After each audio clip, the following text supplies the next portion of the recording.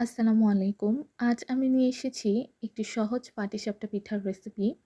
চলুন দেরি না করে শুরু করা যাক। প্রথমে একটি স্মুথ ব্যাটার তৈরি করার জন্য একটি পাত্রে চালের গুঁড়ো, ময়দা, লবণ, চিনি আর দুধ দিয়ে ভালো করে মিশিয়ে নেব। এরপর কিছুক্ষণ রেখে দেব, এতে পিঠার টেক্সচার আরও নরম আর মসৃণ হবে। এবার পুরের জন্য একটি হাঁড়িতে দুধ জাল করে নিব। দুধটি ঘন হয়ে আসলে এর মধ্যে এলাচ, নারকেল কোড়ানো দিয়ে ভালো করে নাড়ব।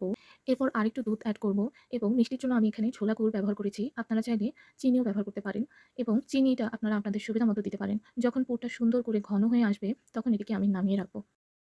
এরপর পিঠা তৈরির পালা। একটি প্যানে হালকা করে তেল ব্রাশ করে নিব। এরপর একটু করে ব্যাটার ঢেলে গোল করে ছড়িয়ে দিব যেন পাতলা রুটির মতো হয়। কয়েক সেকেন্ড পর যখন রুটির কিনারা একটু শুকিয়ে আসবে তখন এর মাঝখানে তৈরি করা পুর দিয়ে দিব।